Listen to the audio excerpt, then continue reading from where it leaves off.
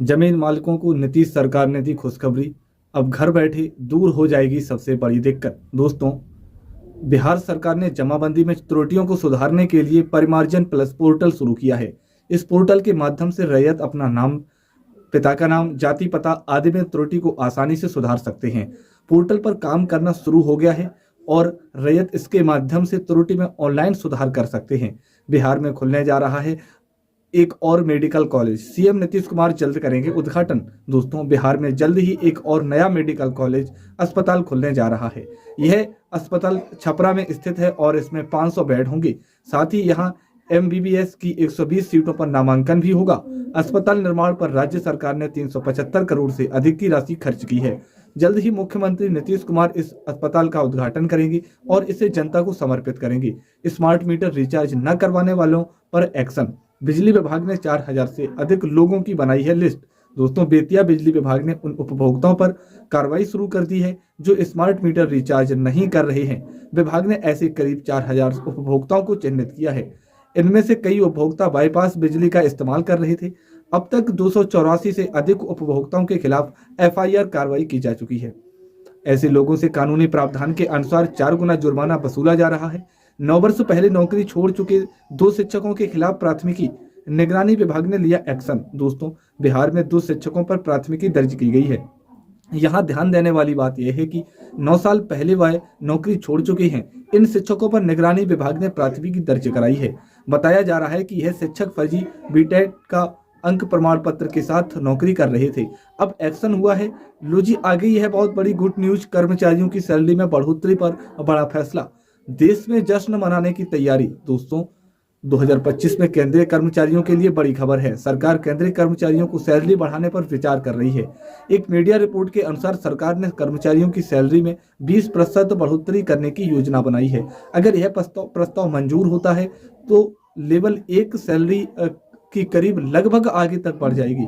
बिहार में जमीन रजिस्ट्री में आई बड़ी समस्या। इस जिले के अधिकारियों ने बताई परेशानी। दोस्तों, बिहार के बेगूसराय जिले में निबंधन की ऑनलाइन प्रक्रिया सुस्त चल रही है, जिससे क्रेता विक्रेता और कातिब को परेशानी हो रही है।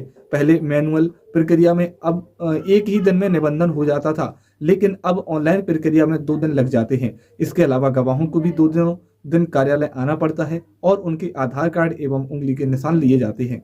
अब पति पत्नी दोनों को मिलेगा पीएम किसान योजना का लाभ। खाते में इस दिन आएगा पैसा। दोस्तों, पीएम किसान योजना को लेकर अभी बड़ी खबर सामने आई है।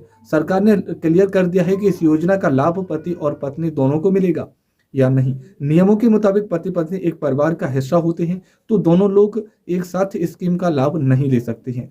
इस स्कीम का लाभ वही लोग ले सकते हैं जिनके पास 2 हेक्टेयर तक कृषि योग्य भूमि है।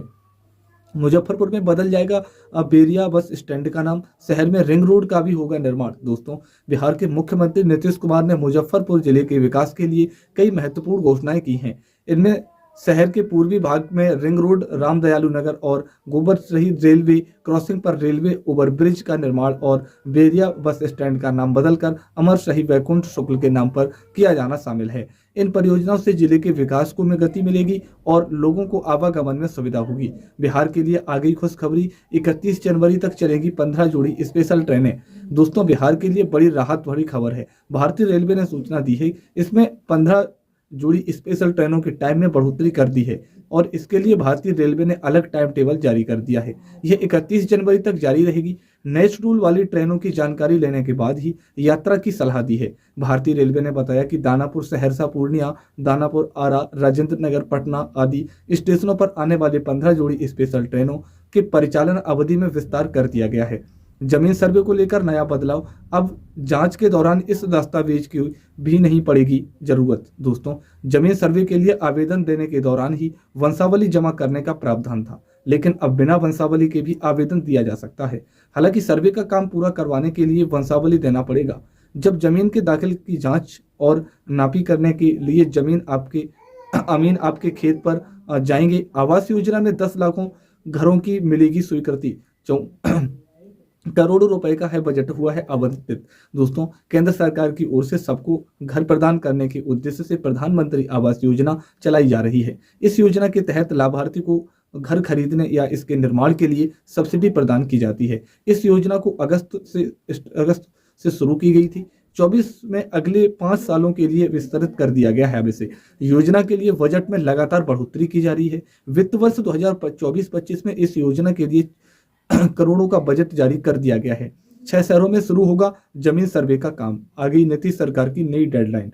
दोस्तों, बिहार में जमीन सर्वे की नई टाइमलाइन सेट की गई है। बताया जा रहा है कि भूमि सर्वेक्षण का नया लक्ष्य जुलाई 2026 तक निर्धारित किया गया है। पहले चरण में 2 लाख से कम आबादी वाले शहरों में सर्वे होगा। सर्वेक्षण पूरा होने के बाद भूमि विवाद समाप्त हो जाएगा। इस प्रक्रिया में बड़ी संख्या में नौकरी और रोजगार का भी सृजन हो रहा है। प्रधानमंत्री किसान सम्मान निधि योजना का लाभ लेने के लिए फार्मर आईडी अनिवार्य जल्द लगाई जाएंगी। कैंप दोस्तों, बिहार सरकार ने प्रधानमंत्री किसान सम्मान निधि योजना को और अधिक पारदर्शी बनाने के लिए इसे फार्मर आईडी यानी किसान कार्ड से जोड़ दिया है। ऐसे में अब प्रधानमंत्री किसान सम्मान निधि योजना का लाभ लेने के लिए किसानों को फार्मर आईडी प्राप्त करना जरूरी होगा। जो किसान ऐसा नहीं करते हैं तो उन्हें पीएम किसान योजना के तहत मिलने वाली प्रधानमंत्री किसान सम्मान निधि की राशि की अगली किस्त नहीं मिल पाएगी। पटना बेतिया 4 लेन को लेकर आया अपडेट। 30 से अधिक जमीन मालिकों ने खड़ा किया विवाद। दोस्तों, बिहार के मुजफ्फरपुर से साहिबगंज मणिपुर 4 लेन निर्माण के लिए 36 गांवों में भूमि अधिग्रहण की प्रक्रिया जारी है। अब तक 235 करोड़ का भुगतान किया जा चुका है और 8800 करोड़ का इस परियोजना में पटना से बेतिया तक 171 किलोमीटर लंबी 4 लेन सड़क बनेगी। इसी बीच एक खबर यह भी सामने आई है कि कुछ अड़चने भी सामने आगे आ रही हैं। बिहार में बिजली 15 पैसे प्रति यूनिट सस्ती, 2.7 करोड़ उपभोक्ताओं को सीधा फायदा। दोस्तों, बिहार के 2.7 करोड़ उपभोक्ताओं को 15 पैसे प्रति यूनिट की दर से सस्ती बिजली प्रदान की जाएगी। इसका मुख्य कारण यह है कि बिजली की संरचना में सुधार के चलते 39.6% बिजली हानि में कमी आई है। वर्ष 2005 में बिजली हानि 59% थी, जो अब घटकर कम 19% रह गई है। किसानों को अब मिलेगी नई ट्रैक्टर खरीदने पर 50% तक की सब्सिडी का बेहतरीन मौका है ये। दोस्तों, किसानों की आर्थिक स्थिति सुधारने और कृषि क्षेत्र को सशक्त बनाने के लिए सरकार ने कृषि ट्रैक्टर सब्सिडी योजना का शुभारंभ किया है। इस योजना के तहत किसानों को जो ट्रैक्टर खरीदने पर 50% तक की सब्सिडी दी जा रही है। यह योजना किसानों के लिए ट्रैक्टर खरीदने का सुनहरा मौका लेकर आई है, जिससे वे अपनी खेती को और अधिक आधुनिक और लाभकारी बना सकते हैं। बिहार में हर बेघर को मिलेगा घर। सरकार 10 जनवरी से कराएगी दोस्तों, प्रधानमंत्री आवास योजना ग्रामीण के तहत आवास विहीन अथवा कच्चे मकान में रहने वाले परिवारों की पहचान के लिए बिहार में 10 जनवरी से सर्वेक्षण शुरू होगा और 31 मार्च तक चलेगा। बिहार में 6 साल बाद होने वाले इस सर्वेक्षण के तहत राज्य सरकार के कर्मी गांव-गांव जाएंगे, बेघर लोगों की पहचान करेंगे। इसके बाद ग्राम सभा से अनुमोदन लेकर लाभुकों की सूची को अंतिम रूप दिया जाएगा। फिर इन लाभुकों को पीएम आवास योजना के तहत पक्का मकान बनाने के लिए राशि दी जाएगी।